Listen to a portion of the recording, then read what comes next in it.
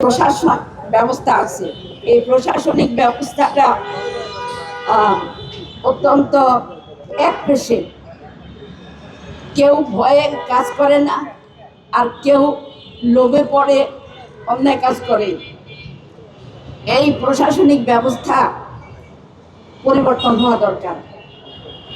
এখানে আপনারা দেখেন যে এই হত্যাকাণ্ডের জন্য বা ধর্ষণের জন্য বিচার চেয়ে যখন পুলিশের কাছে যাওয়া হয়, তখন পুলিশ এটা নিতে চায় না, মামলা নিতে চায় না। কার ভয়ে? সবচেয়ে বেশি ভয় কাকে করতে হবে বলুন তো?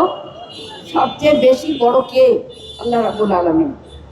তো যেদিন আল্লাহর সামনে দাঁড়াতে হবে, সেদিন তো আপনি এটার মুখোমুখি হবেন।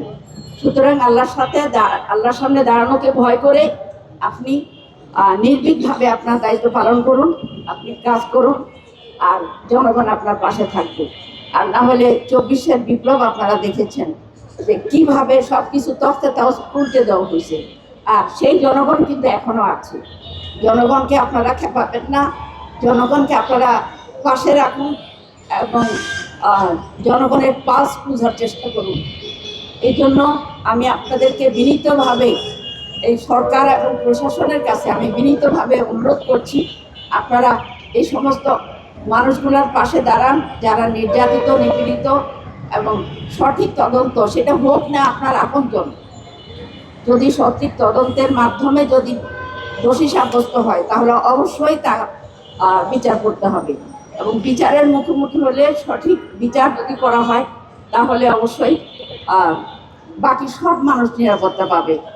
এই জন্য আমি সরকারকে আবারও আহ্বান করছি যে জনগণের নিরাপত্তার ব্যাপারে আপনার যে দায়িত্ব আছে সেটা পালন করুন, যাতে